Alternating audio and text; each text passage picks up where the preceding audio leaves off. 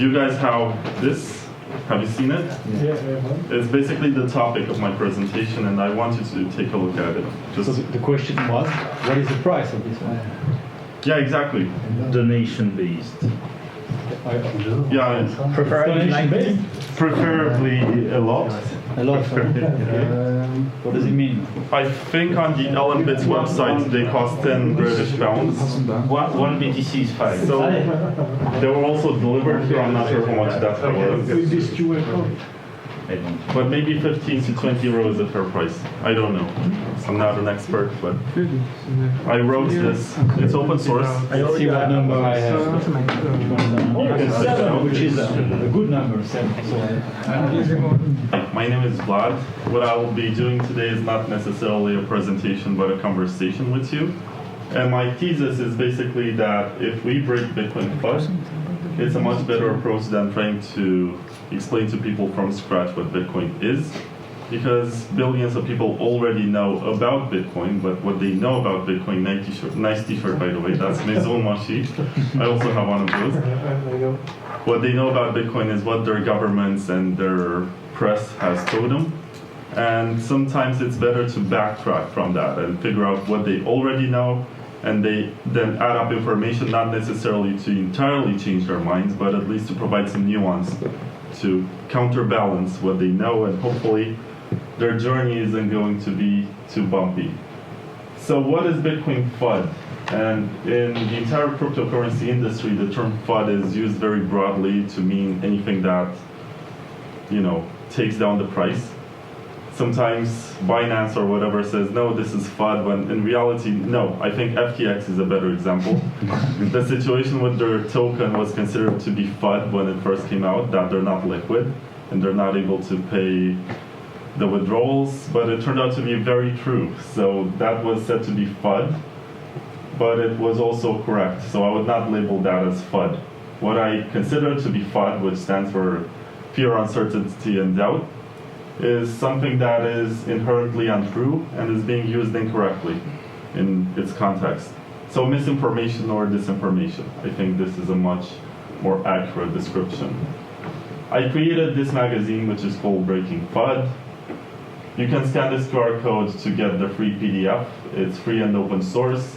The point of this is that I wanted anyone to be able to access this and read it and print it and do whatever they want with it.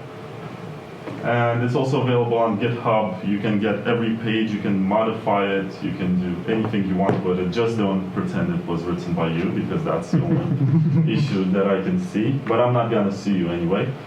I don't have time for that. And there's also a German version of this that somebody translated, and this is the power of open source. Last year's magazine was translated in French and Spanish. This year's was translated in German so far. I'm working on a Romanian version because that's where I come from, and I think my parents should also read it. And maybe it inspires someone to also make a translation. I think today with ChatGPT you can have like 90% of it in one day, and then you fine-tune it to make it readable. Pretty sure that's how the German version came to be, because it was translated very fast. But I went a bit ahead of myself earlier when I said why we should focus on the FUD. Because billions of people around the world already know about Bitcoin, but they received the wrongful information. Most common Bitcoin FUD, in my magazine I covered 10 of them, and they were suggested by ChatGPT, ironically, of all the oracles I could have used. Because I reckon that in the future, there's going to be many people who use ChatGPT just like we use Google today. And they're going to ask it, why do you think Bitcoin is a bad project? And they're going to get the same responses that I got for this magazine. And what I did was to backtrack from ChatGPT's FUD and explain why it's wrong.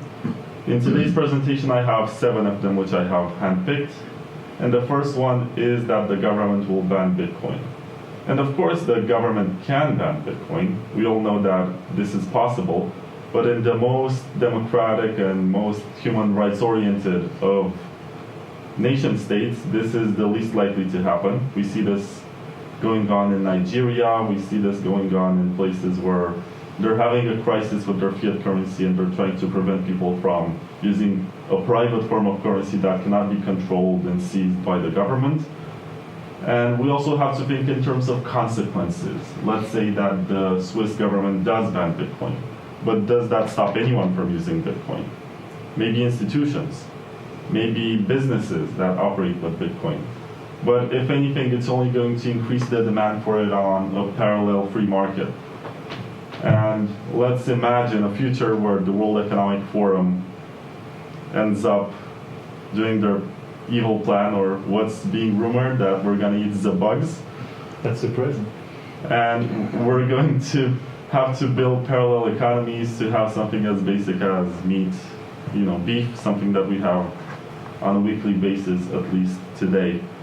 And that's when Bitcoin becomes useful. And I think, when adoption will really pick up, when we have to use Bitcoin as opposed to we speculate on Bitcoin because we think it's interesting technology. But the government can only build fences around it, but can't really prevent us from operating our own nodes, which we can do on top of Tor or NIM or some other privacy technology. Yes. And it can't really stop us from mining. I mean, it can stop industrial-sized mining, which right now I think is an issue for centralizing. We're going to talk about that too. But right now I'm speaking with two projects. One of them is called Crypto Cloaks, and the other one is called Let Me Tell You, because I think it's relevant even for the recording. It's called Hash Vortex, and it's from Europe. And what they create is space heaters. Basically, Antminer S9s, which they got from miners that consider them to not be efficient anymore. They're a bit downclocked, and they're put in this enclosure which isolates their acoustically and also allows the heat to get out. And they cost about $300, around that mark. They're a bit more expensive than a regular space heater, but at least with the amount of heat that gets generated in your house, you're earning some rewards, which I think is pretty cool. I'm gonna get 2 of those this winter, and I'm gonna experiment to see if I manage to bring down the costs as opposed to natural gas, which is the default way of heating my house in Romania. It's gonna be an interesting experiment, and I'm also going to help secure the Bitcoin network. So I see this as a more emergent use case in places where heat is required or desirable, because so far mining has been only considered a greed game, should I put it like this? A game of incentives. It's all about earning the largest amount of rewards with the amount of energy that you're using. And it's a race to the bottom. I think at one point they're going to find the cheapest and most efficient form of energy, and mining gets more expensive every 4 years when there is that halving. And I think at one point Bitcoiners will secure the network because they want to, as opposed to because it's profitable. Because we're going to find the network useful, and that's when the decentralization of mining is going to happen. I think I went a bit ahead of myself because there's another title about this later on, but does anyone here in the room believe that governments can stop Bitcoin? They have to learn internet first. Because we can make a case, and I made that in the magazine, that the United Nations and the nations that are part of the United Nations decide unanimously to ban Bitcoin, to disallow their citizens to use it.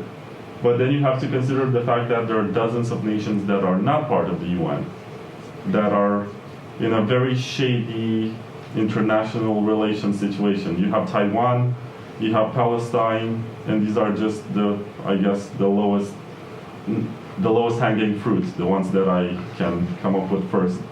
Yes? Just maybe the answer of your question is different depending the country you're asking. Because in Switzerland we are a little bit different than the rest of Europe, because the power is not centralized only in the Confederation, the Swiss Confederation. Mm-hmm. In each canton, we have 26 cantons. They have their own rights to change some part of the regulation, and in the commune, it's the same. So the power the decision power in Switzerland is decentralized. Mm-hmm. And maybe this is one of the opportunity we have in Switzerland with the other country in Europe, is our power is more decentralized, And if you look in France or other country, the power is very centralized, and the government don't want to lose his power. In Switzerland, we have the possibility to make a referendum, to vote for many things. Sometimes you can say, well, why they vote for that? But it's one of the power of the Swiss population. We can vote for many things. There's also the issue of geopolitical competition, where states want to have a new type of technology that can bring jobs and can bring taxes. And I saw you. You can go ahead. It's in line with this. There are also the BRICS coalition. They are such a common exchange money. They are separating themselves from the dollar network. So I don't know if they are thinking about Bitcoin or some electronic currency, but it may be a solution for them also. They will be big. BRICS meaning Brazil, Russia, India, China, and South Africa. Emirates also. No. Yeah. They're not quite the most liberty-friendly. I'm pretty sure they would rather use gold as their base currency, but still, I see this competition between, the West and the East, if we can put it like this. I'm not sure if it's going to be another Cold War type of situation, but it leads to more innovation, and it keeps both of them in check. The Cold War, for all of its tensions, was actually a period of pretty reasonable peace, and it also led to a lot of innovation. But it's impossible for all the governments around the world to ban Bitcoin, and then you end up in...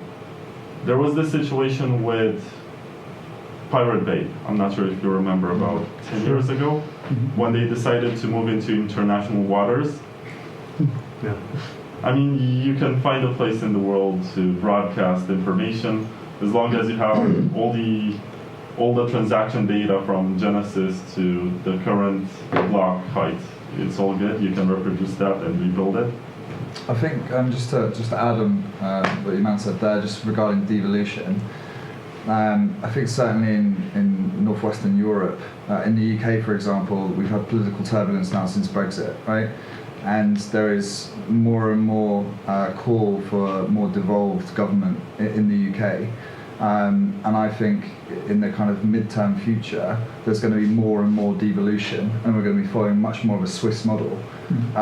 Same in places like the Netherlands, France. If Le Pen gets in, things like this, people are, there's going to be so much divide that people are going to want more power in their kind of individual constituencies.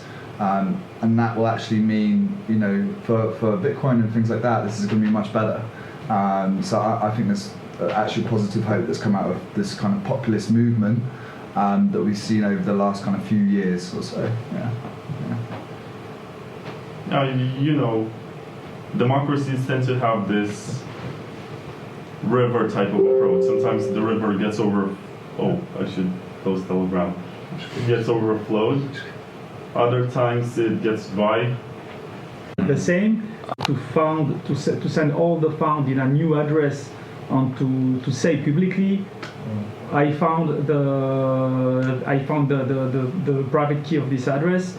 I put them there and I announce the fund could be used for peace in Earth but you're making something, because the problematic is a game theory. You have access, but you didn't know if somebody other have the access, and you're starting to have some theories. I can make that, and poof, 2 days after they was gone, taken by another one, maybe an anonymous one. If you have the power to say, okay, I have 1 billion of Bitcoin, but I want to make a foundation to help the development of the technology and something like that, but you announce it, maybe it could be a little bit better, but if you make it with your own name, after that you have all the attention. All the attention is very difficult. But maybe you didn't sleep for many nights. Yeah, but there are 2 layers to this type of FUD, because a newcomer can be scared away from buying any Bitcoin without realizing that nobody's going to use that amount of quantum computing to brute force their 0.01 BTC. Yeah. And there's also the issue that some will think that a custodian has better security and might be quantum resistant. So this type of marketing can be used by FTX to say, yeah, we have much better security than Celsius. Celsius, that's a better example. We should promote ourselves as quantum resistant self-custody. Celsius will say, yeah, of course, don't hold your own keys because you're going to lose them. Just give it to us because we're quantum resistant.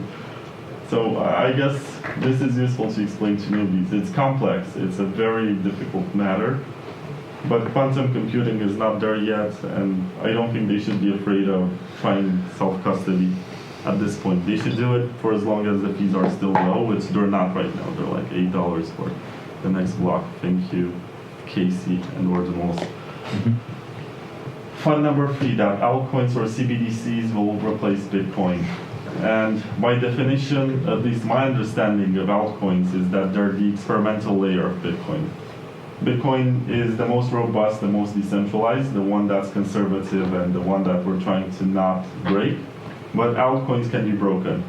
And we can try all sorts of cryptography, economic systems, privacy types. Kill the C-level. Anything that is not ready for Bitcoin or is an idea, a proposal for Bitcoin. As for CBDCs, I remember when I first read about them and I was like, okay, so what if they use the exact same technology? And they do, because MIT has been funding Bitcoin development for longer than a decade, and now they have a proposal to the US government for CBDCs, which uses research by Greg Maxwell and Vladimir van der Laan and all of these core developers who received grants from the MIT to build this technology. But if they do make it very similar to Bitcoin, it still defeats the purpose because it's under the control of a central party. It can be censored, it can be seized. It's not private, even if they will say that you have privacy within certain limits, like up to $500 or something. So obviously this can't be Bitcoin. It can emulate some of the features of Bitcoin. It can resemble the user experience of Bitcoin, even if that's kind of bad if they do it. But it will never be Bitcoin.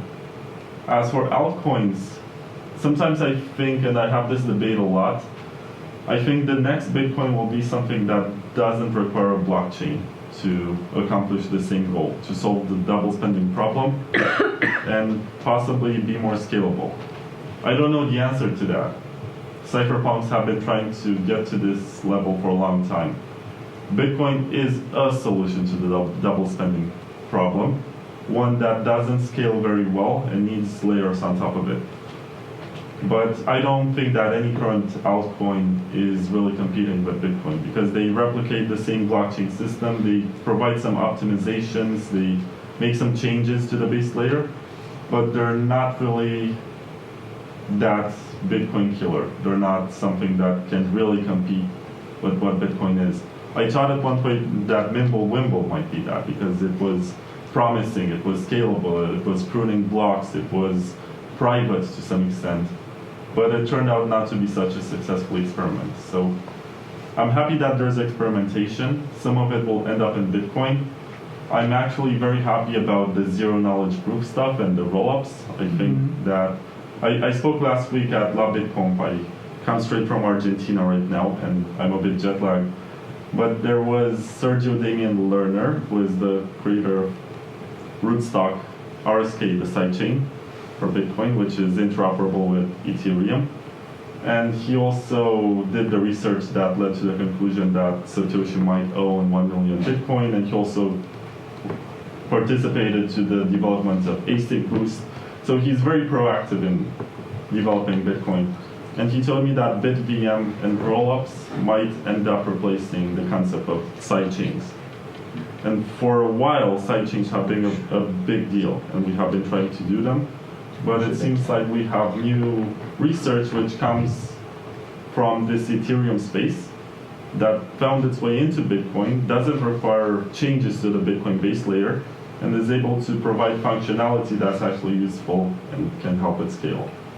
So I'm very optimistic in regards to Bitcoin scaling. Does anyone here believe that there's an altcoin that's going to replace Bitcoin? I had an idea, but it's a newbie one. Yeah. Sorry. Maybe someone have to help me for explain it. It was about for the CBDC, the states couple it with salaire inconditionnel de base, revenu inconditionnel de base, or UBI. money gifts or things like that. And if they make it really easier, Universal and basic income. like PNG. Avec date de péremption. Oui, non mais Ouais. if the states make it very lightful and easy, and they give money with that, and that could be possible. I mean, it can be the state's money, but it will not be censorship resistant.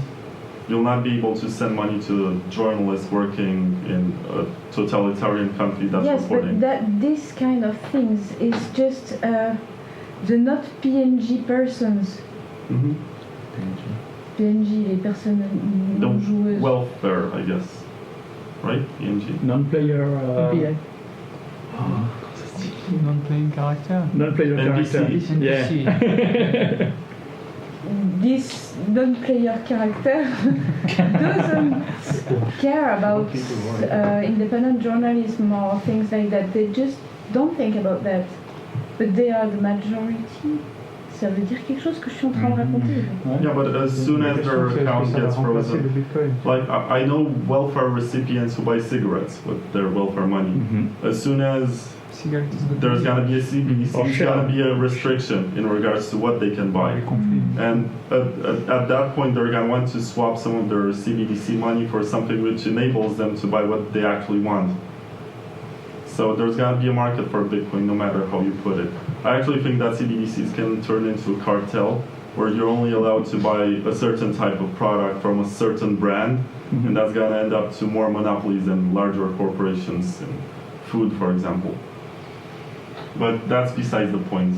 Bitcoin has some properties that a CBDC cannot have, and maybe a CBDC can get adoption by virtue of people needing it to be used for daily payments, but it doesn't mean that there will not be demand for Bitcoin at all.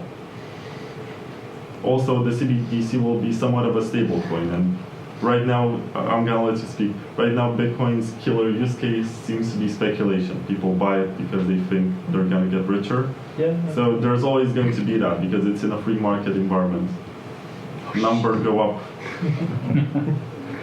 He had a question, but he doesn't hear you because the ventilator makes a noise. Ah, okay. No worries. I'll speak louder.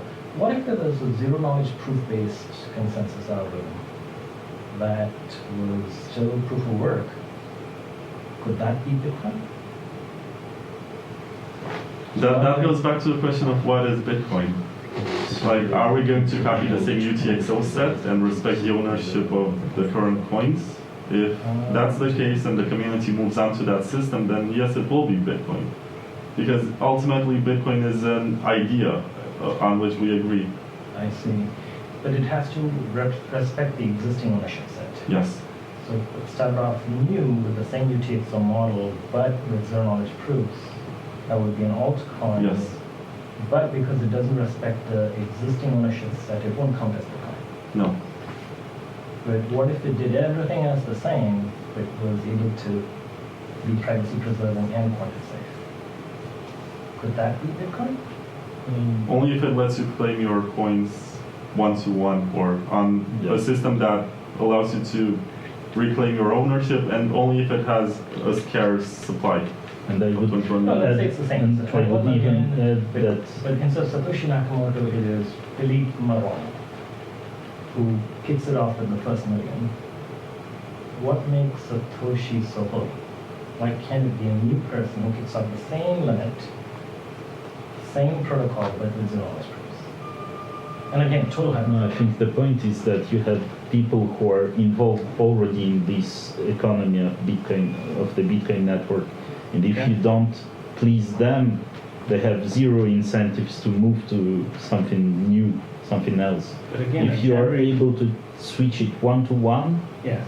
and I would add, if there is a strong fear of like quantum computer coming and potentially breaking Bitcoin, or I don't know, SHA-256 being broken, and we need miners to switch only in kind of nuclear situation where if you don't do this, if you don't migrate, you die.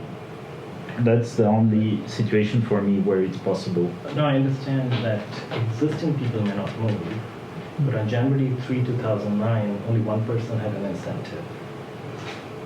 Why can't you recreate that with a whole new population? Just throwing it out there. To me, it was a miracle which is like impossible to repeat. Because now we know this way of distributing coins, and for me, the proof of work was easy to attack at the very beginning, but no one was taking it seriously, so no one attacked it. Now we understand how it grows and when it's still possible to attack. And to me, it's a one lifetime possibility. So what you're saying is it's a once in a lifetime thing, and the fact that it has made it means nobody else can make it, even if they replicate it. I kind of think so.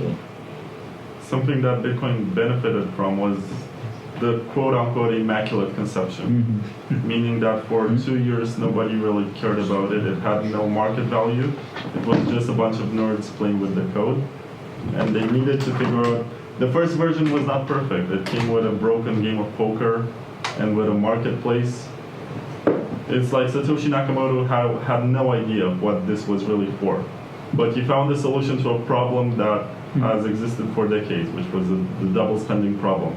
And other smarter coders took that and they removed some stuff that was dead weight, and they made it more efficient to turn it into what it is now. That's why I'm saying that you can have Bitcoin with zero knowledge proofs in the future. We can move into that type of chain, but it has to respect the ownership of the current holders, and it must align with the philosophy of what Bitcoin is.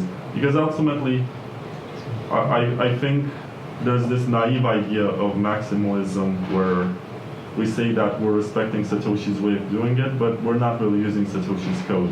It has received many optimizations and refinements over the years. It was back in 2009, and it's gonna get much better. There's a lot of cryptographic research. I mean, it's been 15 years. It's absurd to assume that cryptography did not improve. But also Bitcoin is pretty fragile, so you don't want to add something just because it's new and it's promising. You want to add something that's robust, and that's gonna last for decades to come. Anyway, I'm gonna delay your beer time, because I'm at number 4 and I have 7 of them. FUD number 4 is that Bitcoin price is too volatile. And of course it's volatile, but the question is volatile against what? Because I come from Argentina, and if someone held Bitcoin for the bear market, they would still be in the green, to call it so. Because the inflation rate is somewhere around 180% right now, and the prices are changing twice a day, and nobody knows if they're buying for a good price or a bad price. They just buy because that's what they're being asked. And there are some places around the world where volatility is actually going the other way, and there's no reason to complain about it because fiat currencies fail. There's a long history of this happening. There's a long history of central banking trying to solve problems and making it much worse. And you need to explain this to people that this concern is very much for Americans, I mean North Americans who use the US dollar, for Europeans who use the euro, for you guys who use the Swiss franc. Pound. And for very stable currencies around the world. For the rest of the world, Bitcoin might actually perform much better. It performed much better than the Turkish lira. It performed much better than the Nigerian naira. And it's a matter of perspective. It depends on which place of the world you find yourself in. I'm not sure if this is good news or bad news, but usually with new technology, it's the first world that usually adopts it because they have the time to look into it, they have the technology, and they have the means to play with it a bit. So I think the idea of Bitcoin price being too volatile is, of course, a popular narrative in the Western world, which tends to be the predominant community that uses Bitcoin. But for many places around the world, it's not like this. And it's actually a pretty good store of value, even if the price is down about 60% from the all-time high right now. And also, there's always the question, because people tell me, oh, you're into Bitcoin, I feel so bad for you because the price went down. I was like, I didn't buy at the all-time high. I mean, I bought some at the time, but that's not when I bought everything. So you shouldn't really feel bad for me. I mean, I have no Bitcoin, don't worry. I lost it all in a boating accident. Fund number 5, Bitcoin is boiling the oceans, consume more electricity than entire countries. This is a spectrum, once again. And it's useful to know that Bitcoin consumes less electricity than gold right now. And it's not me who says it, it's the Cambridge University that does an index. It's called the Bitcoin Energy Consumption.Index. I wrote about it in my magazine. They update it pretty much every month. And they have pretty good data because Bitcoin is one of the most transparent industries in the world. You can see the hash rate, you can estimate how many machines are running, and then you determine basically the energy consumption, which I think is pretty cool in hindsight, but is also bad in terms of potentially having governments ban mining in some jurisdictions. But you have to really think about what this means and what this actually says, this statement. What it says is that Bitcoin has no utility. You say that it's wasteful. Nobody around the world benefits from it. And it's the narrative that they're trying to push, that there's no way that this technology can be useful for anything. They don't blame server farms. They don't tell you, when you upload your picture on Instagram, there's actually a lot of computation going on in lots of parts of the world. And you should think twice before uploading the picture because you're creating demand for something that destroys the environment. Nobody says that.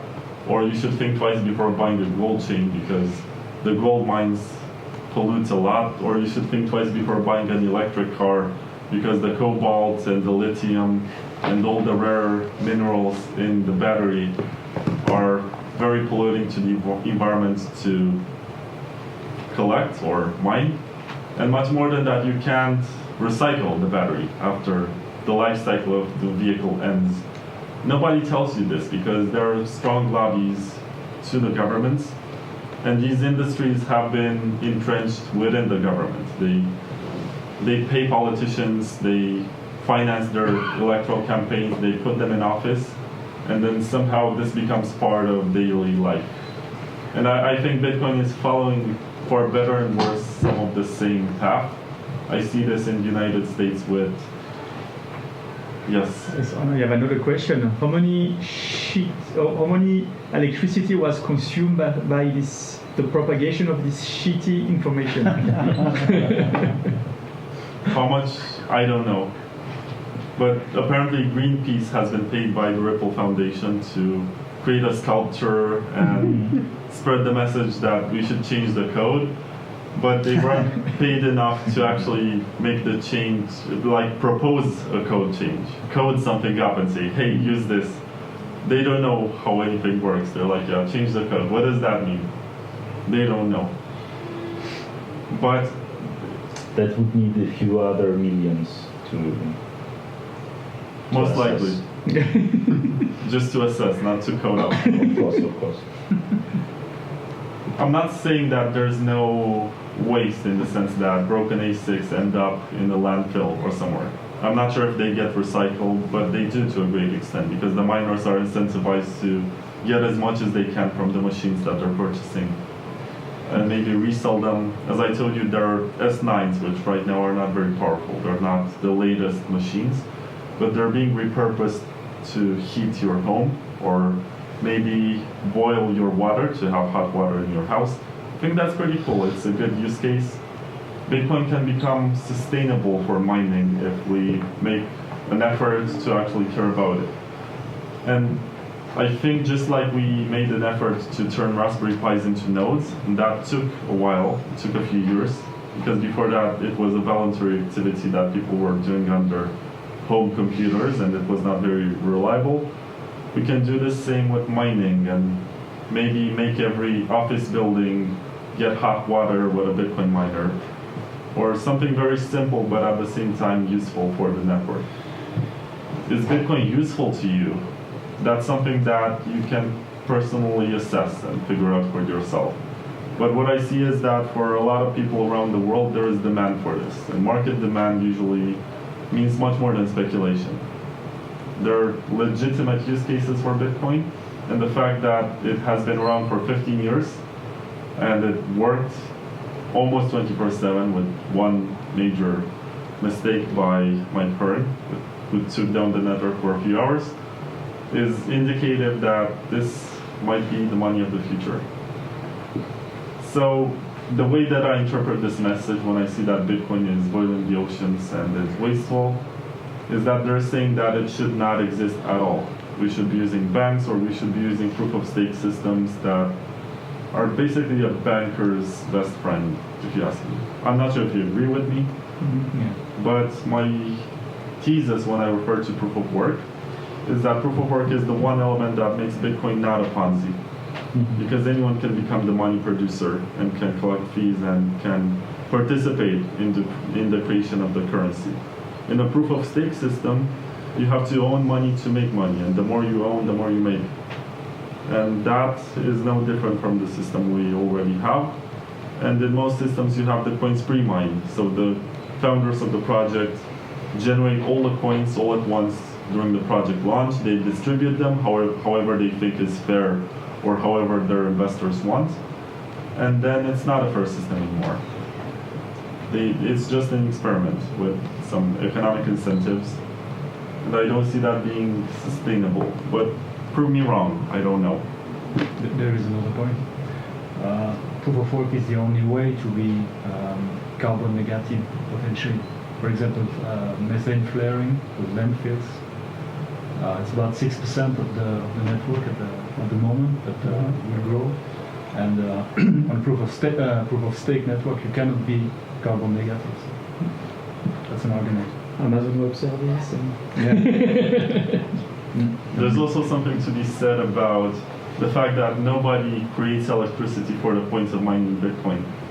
They're using electricity that's already out there for the purpose of mining Bitcoin. It's usually excess electricity that otherwise would get wasted for the simple reason that we haven't figured out how to store it. And we have more and more miners today. They starting to look for extra capacity. In some region, they produce electricity, but they cannot deserve it or distribute it or sell it. So they come with container and they say, we take this one, we pay, and with the cash they can electrify the country. Yeah. And after that, the miner is leaving. I've seen much of that happening in their documentaries. In Paraguay, they have an issue that they sign a deal with Brazil, I believe, that all the extra energy goes. They have to sell to Brazil at some very shitty price. So there are a couple initiatives working on using that energy in Paraguay. So it's capacity that's already there.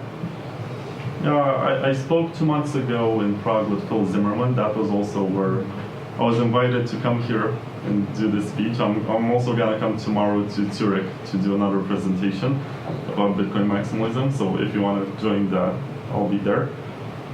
And I spoke with Phil Zimmerman, and I think he believes that Hal Finney was Satoshi, because he told me, in the way that I know Satoshi and I understand Satoshi, he didn't want it to be polluting for the environment.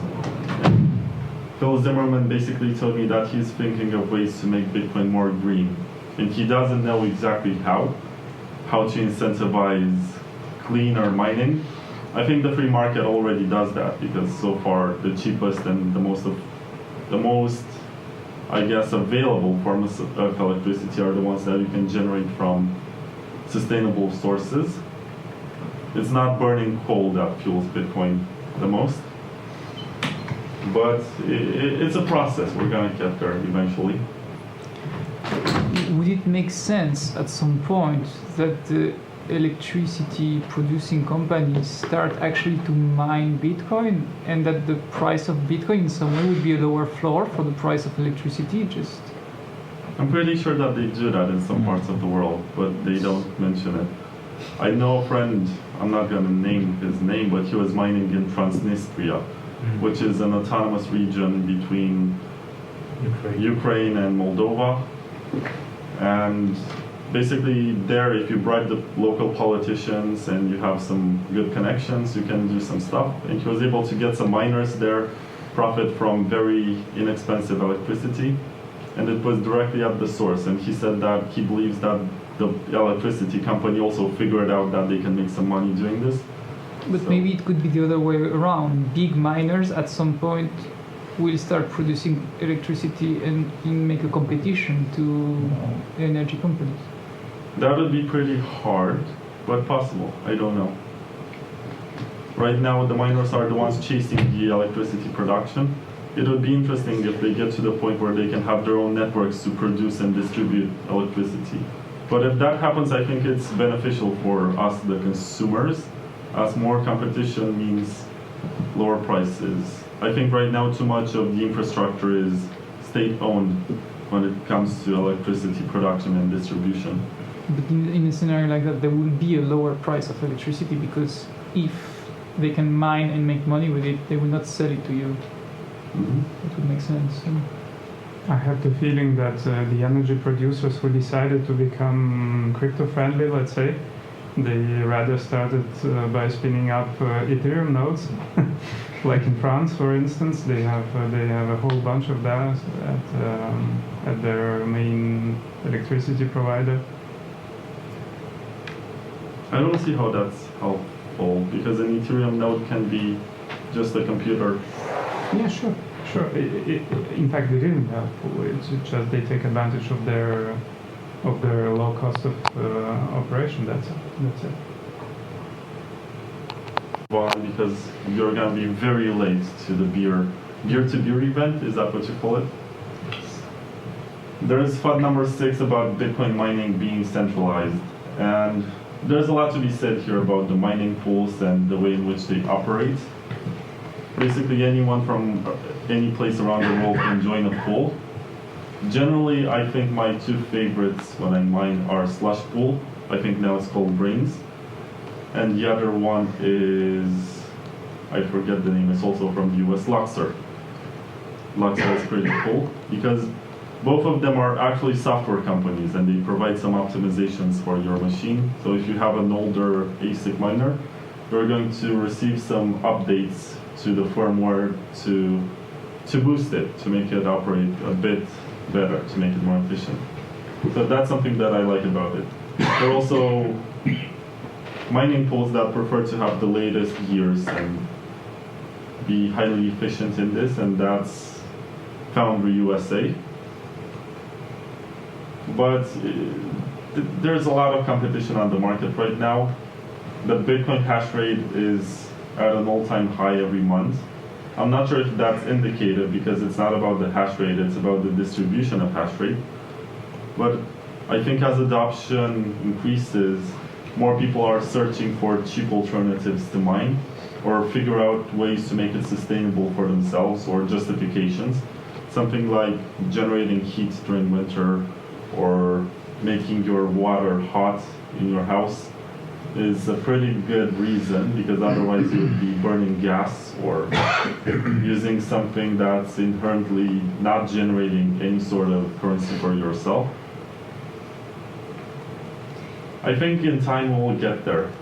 Centralization has been an issue since the early days. There was FUD about a couple of other mining pools that were dominant at one point. In 2017 there was the concern of what's the one by Bitmain? Antpool?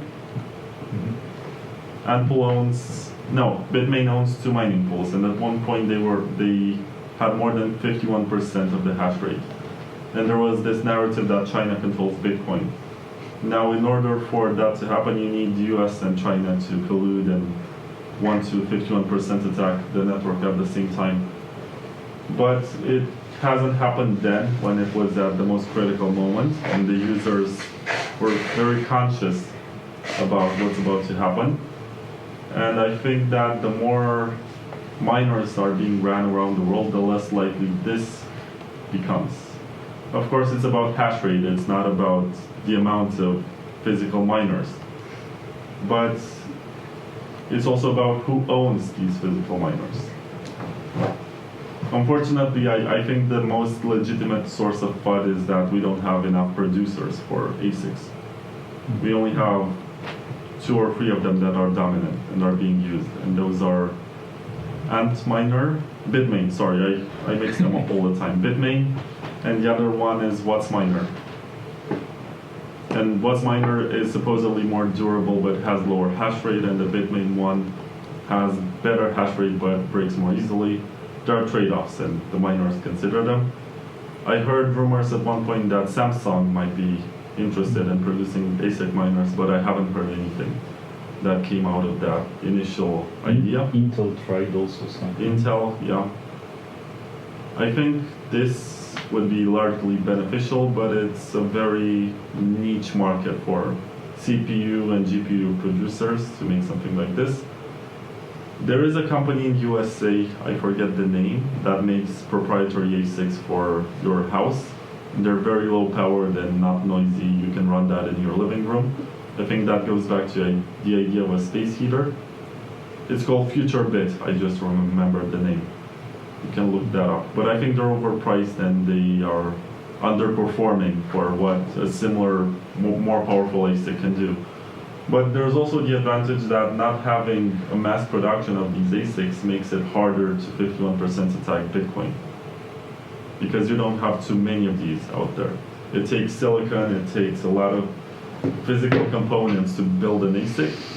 And if you want to 51% attack Bitcoin, you need natural resources to generate the gears that require that. It's not like video cards or something in the case of Ethereum, where you could buy all the supply when it was still mineable, all the supply of 4090 GTX or whatever graphics cards, and use that to have more of the hash rate. But you say the mining is centralized, but the pool are centralized. The mine, all the miner around the world is centralized by pool. No. Anyone can solo mine if they want. You can solo mine like with the big tax with pool and start a new pool, join another pool. But pool the device like a big tax is a small one with only one ASIC.